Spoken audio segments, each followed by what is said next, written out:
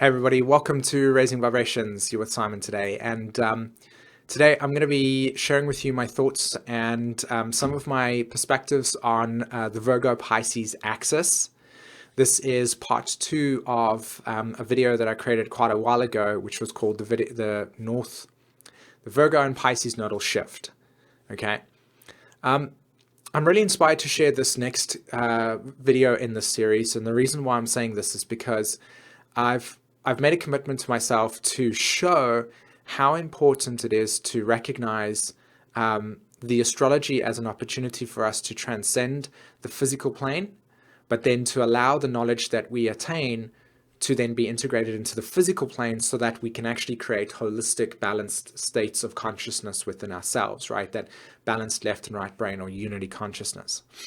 So today I've got some interesting topics to discuss, I suppose, and things that I would like to share with you that I've gone through within my own self. So a lot of what I'm going to be sharing with you today has got to do with my own direct experience of things and how I've had to, in some way, shape, or form, heal a lot of my own karma, okay, and realize the nature of how important this actually is, okay? So firstly, I'd like to say, if you haven't actually watched the video itself, the first one, in the description is a link to the video itself. I would recommend watching it because I'm going to be making references to some of the things that I've said, but not over amplifying what they were, but actually continuing on from those statements. Okay, so I highly recommend watching that first and then watching this video. Okay. So the first thing that I wanted to bring up that I felt was really important was just a kind of, again, overlay of the importance of the nodal shift between Virgo and Pisces. We are going into mutable signs. And of course, as Saturn is in Sagittarius, there will be these squares that will naturally start to take place, okay, which is happening at this point. So what's important for us to recognize is that the energy of the past has been more along the lines of change, right? Instinctual change, and the need for internal security and the need for tangoing back and forth. It's a case of like 2 steps forward, 1 step back type experience. Where are we going with this? What's going on, etc. Whereas now the mutable energy is starting to take place and there's more of a need for being more fluid in your day-to-day activities. Okay, so most of your activities needs to be arranged around how can you be more in flow with stuff, how can you be more adaptable to stuff, so that you can be open to more of cosmic energy. Okay, so when I say cosmic energy, I mean more along the lines of like if your situation is like this at this point, and then all of a sudden the dynamics change, your ability to basically respond to that as fast as possible will dictate how easy you will transition between the two physical experiences that are happening for you, right? Whatever that might be. Maybe you're trying to do something and then something out of the blue that's not by your choice happens, or it comes into your energy field and you have to respond to it. And your adjustment is what I'm really talking about. Mutability correlates to adjustment, right? Flexibility, changing and expanding. Like the branches on a tree, for instance, would be a great example. Okay, so the energy is very fluid. It's very like moving. It's rapid, and so on and so forth. Okay. The second thing is that what's going to naturally occur for us at this stage, and this is naturally occurring for us, is this need for integration. Okay, I'm using this word a lot during this video because, or going to be using this word a lot during this video because integration is a very important part of your journey on Earth. Okay, so most of the things that you do in your life are you had to be creative, you had to explore the heart, you had to experience nature and creation and so on and so forth. But if you're going to experience yourself here, the wisdom gained, right, can only be honestly experienced when you integrate the knowledge that it is that you seek. Okay, so this would represent the kind of masculine energy at the top and the feminine energy at the bottom. Okay, and if you had to spin them around like that, you would actually have the nature of how our energy field works on a more higher dimensional plane. Okay, feminine energy, grounding, okay, energy that is moving into the physical, and masculine energy that is rising. Okay, and they both meet, and where they meet is Earth. Okay, so this is why we're integrating masculine and feminine energy at this point in time. And that gets obviously experienced within your direct action. So the point that I'm trying to make is that Virgo Pisces in itself is how we become aware of those forces. Okay, so as you understand this process, as you recognize this need for higher dimensional awakened state, okay, you've got to recognize that higher dimensional awakened state means actually expressing yourself as a multidimensional being. In other words, that you've got these different layers, and these different layers themselves need to be all integrated and present with yourself to be able to then fully experience the spectrum in all of those dimensions. Okay, and the way that you do that is by this Virgo Pisces axis. Okay, because of course there are other elements to this situation, but the main integration point is this. Because what happens is Pisces will represent the nature of transcendence, which is to, through the pineal gland, secrete melatonin that allows your ability to dissolve the physical understanding of this reality and reach alternate states. However, in those alternate states, you experience all those things, but how do you then bring it back into the physical for you to directly experience it using your cellular memory? So Virgo comes into the place and it says, okay, it's all fantastic that you're spaced out one-dimensional there, but it needs to be in the physical for you to directly experience creation here because you have your karma. You need to shift it and clear it. Okay? So this is a point where we become aware of all these magical things about the nature of creation and the multidimensional states, but then you need to physically experience it so that you can develop wisdom. Okay, and this is the Trinity. Okay, the Christ consciousness in itself would be that representation of masculine and feminine, and then the wisdom that comes through the triangle. Okay, the three. So, and what's beautiful about this experience is that as I'm talking to you about this right now, there doesn't need to be any sort of understanding of astrology for you to understand what I mean by this. In fact, you don't even need to have any astrological language or jargon to be able to recognize that your life on earth in itself is a manifestation of all these things. You've just got to recognize that template and how it operates, which is the main reason why I'm having this video with you. Okay, so we have these different dimensions we here to integrate. We here to be able to take our stories and our experiences and then share it. And as you share that, you allow yourself to then interact with other people saying, hey, I'm struggling with this common theme, and I need help regarding how to deal with this process. And I said, well, I did it this way. This seemed to help. Would you try it? And they do. And then, you know, that helps another person out. And this is how we actually collectively shift the consciousness on the planet, if you are wanting to be one of those souls that does that. Okay. So step one in this experience that I'm wanting to have with you guys today is the realization of integration. And this is a theme that I highly recommend working with for the next year and a half, and in fact your whole entire life, but emphasized with this Virgo Pisces axis. Okay. The second thing that I want to then share is, of course, to go a little bit deeper into the nature of this religious conditioning that we all carry through past lives, where we've had spirit and matter not the same, and so therefore they are not allowed to be the same. Okay, so how this shows up in life is that spirit represents spirituality, the right brain, the creative expression, and then matter being sort of the left brain kind of experience, so science. Okay, and they are not separate, they are holistic. But there has been a division within the brain that has stopped people from having the collective experience of what this has happened, which is why I said that integration is such an important part of your journey, okay? Because they need to be holistic like this, okay?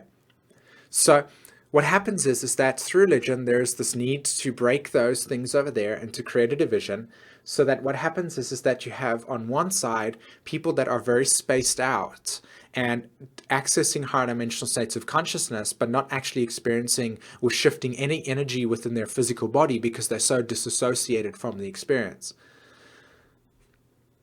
Sorry, past lives victim to this situation, right? So I know what I'm talking about because I've done this, right? Second, left brain experience, okay? Total mental association with everything to the point where you're void of God, atheism. Now, to a certain degree, we've all been victims to this situation as well. When I say victims, I don't mean in the sense that we have gone, oh, this is happening to us. I mean more along the lines of like, at least some of us that are watching this video have experienced the Holocaust, where there's been absolutely no association to God whatsoever. It's just like people are fodder and that's just what you do.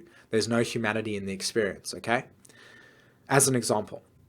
So we're all in some way, shape or form carrying with us these energetic imprints that when we project into our reality and we experience our reality, we create from the space, which means that the spectrum of light that we can possibly experience when we are vibrating on a different level or when we're not operating from that thing is almost incomprehensible, because there's this element to going, well, if it doesn't exist, then how do I know that I can achieve it or experience it? Because nothing would promote me naturally to go and inquire about it, right? So what naturally occurs here in this experience is that this separation of left and right brain, this religious conditioning, Virgo Pisces, comes in and says, we do not deserve love. Very simple, right? Self-acceptance, self-love, the ability to recognize that it's okay to be vulnerable, the ability to recognize that you can actually love your body and that you can feel it in a way that doesn't make you feel like all awkward because of social conditioning, which I'll get onto right now. And you go, yeah, man, I actually love this energetic experience, right? But we do this with our electronics, we do this with our cars, we do this with everything else. We pay so much attention to keeping the external beautiful and clean, but we never actually look at this thing over here, this thing that gives us the capacity to actually do all of those things there. And you know, I keep on saying this, but I need to drive it home 1,000 more times, because unless we're actually going, shit, that's right, I need to honor this temple even more, because without this temple, I don't experience this. So what is the point? Does that make sense? Like, that's how important it is. It needs to actually be amplified through a sense of like swearing. You know what I mean?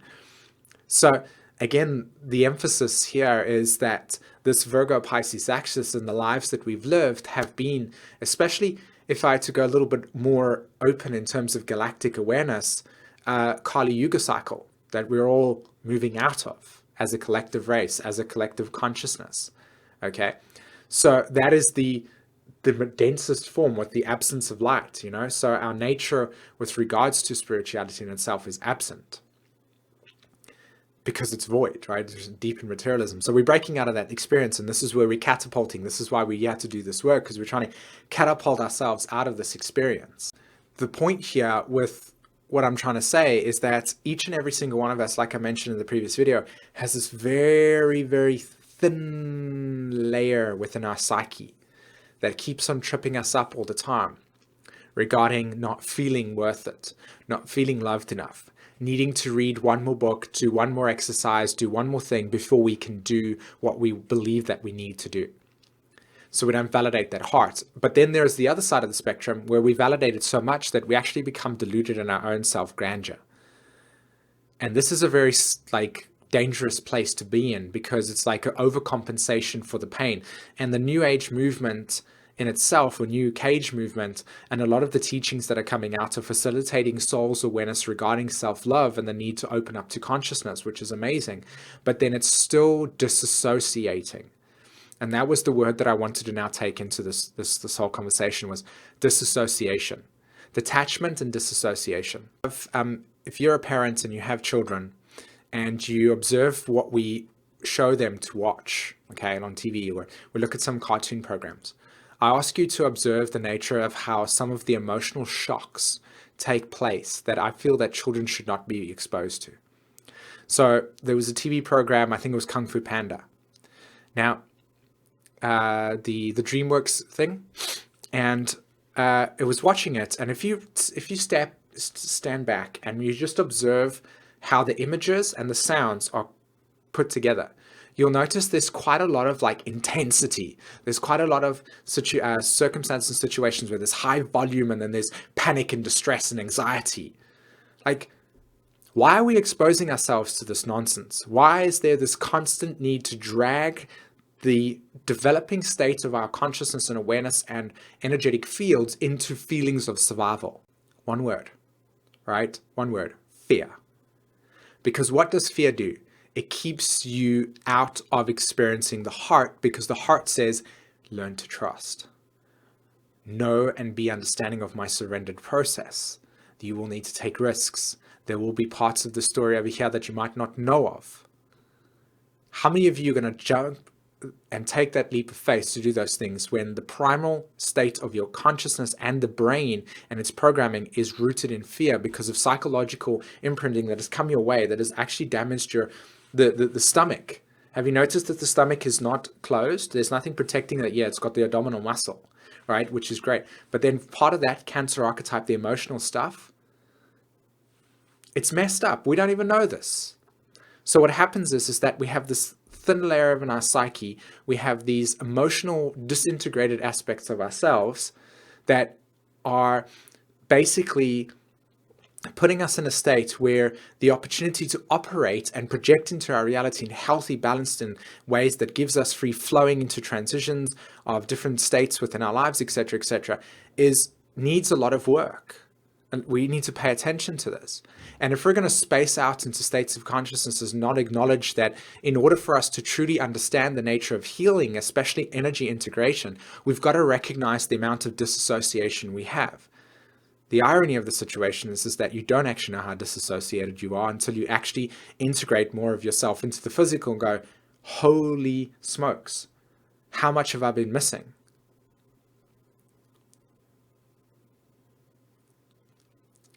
And it's hard work.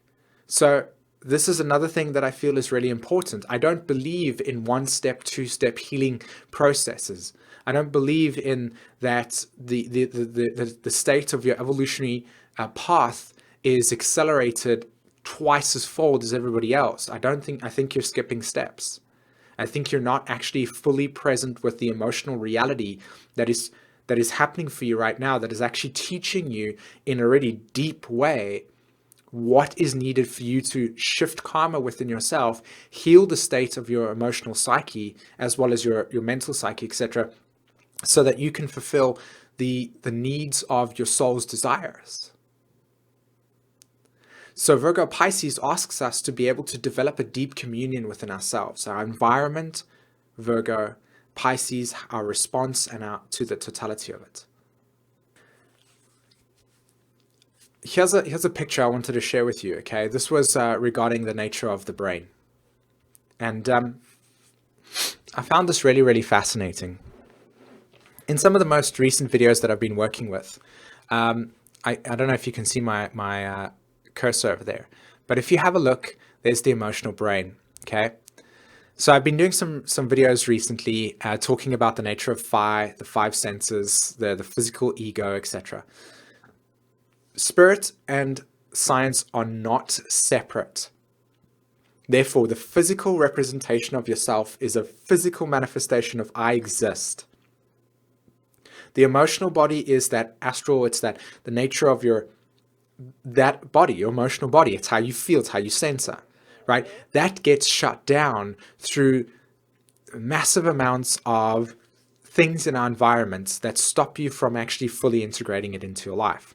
Things like getting into situations where you recognize it's not what you want, you detach from the situation, and then what happens is that you come back to it, and 3 or 4 days later, you recognize the situation hasn't changed, so you disassociate again.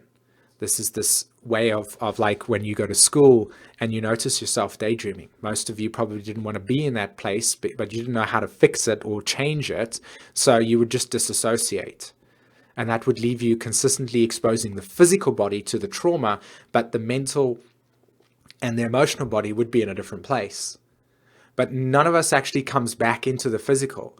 So what we do is we carry with us huge amounts of energetic debris that has not been integrated into the physical for us to recognize who and what we are. So the pain body in itself becomes obsolete.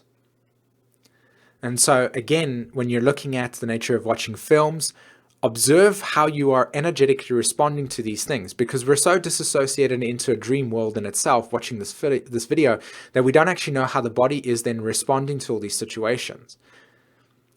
So again, when you're eating food, try eating food and watching a really, really high-paced video or film. You'll notice that the way that you actually process the food will be very fast. It won't be digestible quick. Why? Because everything beyond the physical senses is energetic. So therefore, the way that you are consuming and processing that energetic will be responding to what you're being stimulated to. So in evolutionary astrology, there are three main archetypes that are fundamental to understanding how we respond to our reality, how those responses shows us where we disassociate, also how those conditioning patterns have created incredible amounts of suppression, distortion, and anger and pain. And it all correlates to this over here in terms of what I was saying, science and spirituality. So the left and right brain are coming together here, okay? So in the more metaphysical terms, the more metaphysical terms, Aries correlates to that instinctual nature of how we act without thinking, and that it shows us what we are naturally evolving through. So the soul comes in and says, hey, I'm here to learn about the nature of creative self-validation. Pluto in the 5th house, okay? Mars will be in, say, for instance, the 7th house, and what will happen here is that you're evolving through creating new connections to people, and you're learning about other people through the social sphere. Mars in the 7th house, that's your instinctual nature. So that would be looking at this place as the brain stem. Mars, it's the most fundamental, primitive, reptilian part of ourselves, fight or flight. And then what happens is that we have the limbic system. So the limbic system is where the emotional memories are stored, and also long-term memory. And then you have the cerebral cortex. Now, the cerebral cortex is what gives us this capacity for us to be able to understand ourselves as human beings as more, I would not say intelligent, but the capacity to communicate the way that we do, create, manifest, etc., etc. It's the nature of what we can digest, right? So what happens here in the cerebral cortex is the state in which we can say, if we were operating from an instinctual place, and we were, say, for instance, in a restaurant, and you were operating from that Mars energy, you would just stand up, say, I'm hungry, in an instinctual way, and just grab somebody's food using your hand and eat it, which would probably be looked at as like really, really crazy. So the cerebral cortex plays as this capacity for us to be able to then develop more integrated, healthy ways of responding to our environment that is not of a primitive nature. The problem here is the limbic system. And that is where the emotional center within ourselves, i.e. Cancer, the 4th house, the moon, i.e. the self-identity, i.e. the emotional, like, energetic debris that we carry through karmic ancestral heritage, is not fully understood, worked with, and integrated. So we have this kind of shortcut, or should I say this short-circuiting, where the nature of our emotions is not operating in a healthy, connected way to the cerebral cortex, not allowing us to emotionally express what we feel in every moment. Because society says, this is how you behave, this is what's expected, these are the rules, regulations, right? Very linear. Whereas the emotions operate in a different way. And especially if you've got an intense amount of Capricorn in your chart. So to a certain degree, depression comes from this relationship where you're sitting in a place, you're going, I don't like my physical reality. It's not allowing me to access the way that I want to access my way of being, etc. I can't emotionally release it because I have energetic blocks there, because the emotions have actually not been flowing through me. So therefore, I'm not actually expressing my emotions. I'm not evolving through my emotions. I'm not evolving through how I feel. I'm evolving through how I think, which in its sense is devoid of emotion. So we have what is in evolutionary astrology's term called the dark eros, which is our inability to action desire in a way that shows us true sexuality, that shows us true relationship to our reality from a heart-centered place. And none of us can believe this stuff because firstly, we've actually never experienced that polarity. So how the hell do we know it exists? But then when we see it in others, we become in some way, shape or form appraisal as they are eidolons, people in Hollywood, for instance. So we try to attain those things, but there are elements within our own consciousness that have not been awoken through non-integration that has stopped us. So we have all this pain, this anger, especially a Pluto in Libra generation souls. Maybe even the Pluto in Scorpio generation that have got that Uranus-Neptune conjunction in Capricorn. Most of you in some way, shape or form have got that unresolved, underdeveloped emotional stem that is working there that stops you from actually feeling. So you disassociate completely. These are typical examples of how this is operating, and then everything in the external field just keeps on reinforcing the need to not recognize the emotional body, i.e. the feminine. So this is a big deal for everyone, and I highly recommend that in terms of the next phase that we are moving into, and this is what I spoke about with the south node of Uranus being in Sagittarius, and in fact Saturn is transiting that south node as it stands at this stage. You'll notice that there was a headline in the news, whether it's propaganda or not. We have a lot of migration at this stage, okay, in the world. So there's a lot of migration happening at this stage. Saturn, Sagittarius, right? Migration, but there's borders and limitations that are occurring. But then there's also this realization and recognition that all of us carry within us displaced emotions. As a collective race, karmically speaking, and individuals. Now, obviously, if you've been doing energy work and you've been clearing out your stuff, it doesn't mean that now, like me, I've been doing that as well, like constantly learning how to integrate more of the emotional field into myself, allowing them to be expressed naturally, and so on and so forth. In fact, if you're a parent to a child that was born with Pluto in Capricorn in itself, you will be dealing with this because they will be coming through with this intense amount of energy, Uranus and Aries, right? Remember the stem, the brain stem, the instinctual action, and they're like, just like, I want to break free. And then Capricorn on the top of the cerebral saying, you can't act like this, you're not allowed to do it this way, you've got to be domestified, you can't behave like this in society. And it's just interacting, going bang, bang, bang. And these kids are coming through with huge amounts of things like autism, things like emotional disassociation, messed up emotions. All these things are manifesting themselves for humanity to wake up from its darkness and go, look, guys, we can't continue in this way anymore. We're evolving and we're coming out of the darkness. So let's wake up to these situations. But as a collective race, part of that story is realizing the darkness that sits in that some parents, including myself, have to be able to actively heal ourselves to be able to then integrate these kids into society where their own limbic system is operating from a more healthy and releasing space versus having judgments and persecutions and criticisms on the top. This is what I mean.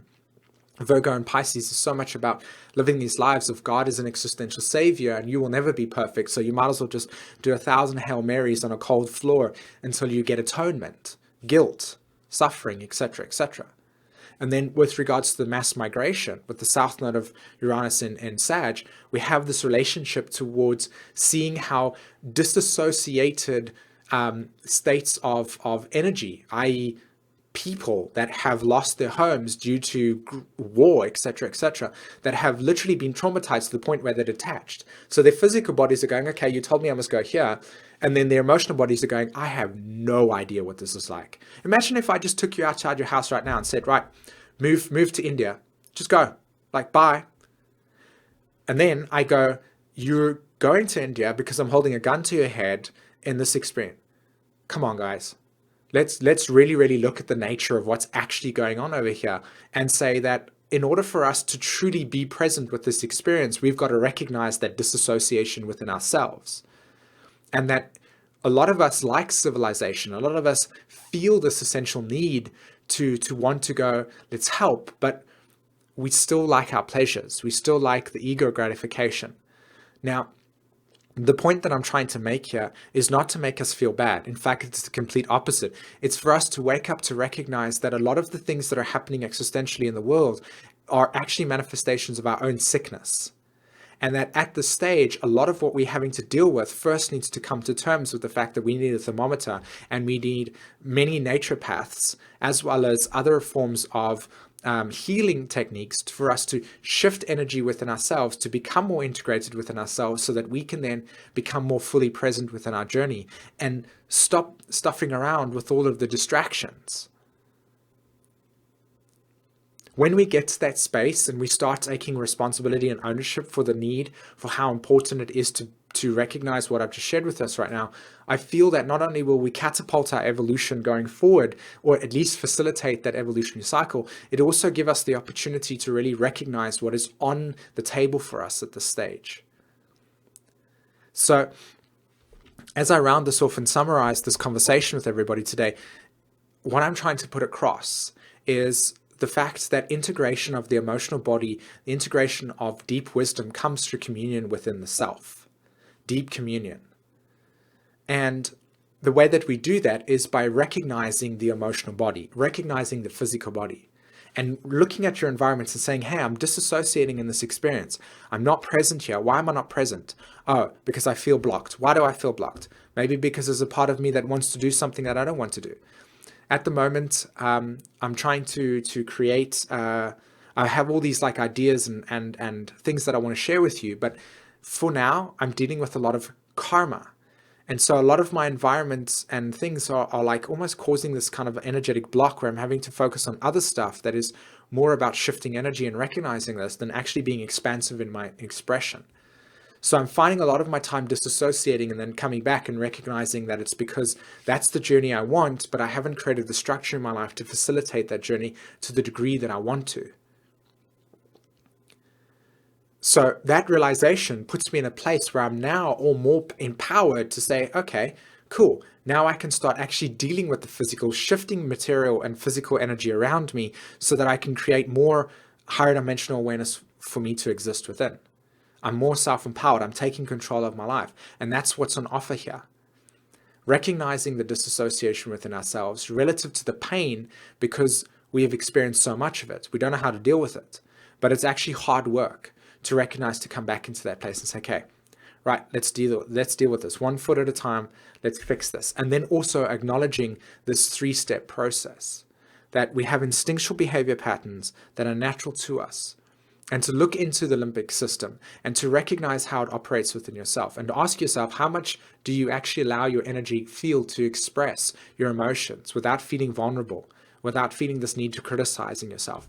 And maybe next time you take a shower, like feel your body, like, you know, jump around with it and do some random stuff, for instance, and laugh and give yourself a little bit of love in that experience, okay? Awesome, guys. Thank you so much for allowing me to do part 2 of this video series. I really hope that you enjoyed it. I'm super intrigued and want to hear your comments on down below. So yeah, just share them with me, okay? Other than that, everyone, have a fantastic week. Take care. Bye-bye.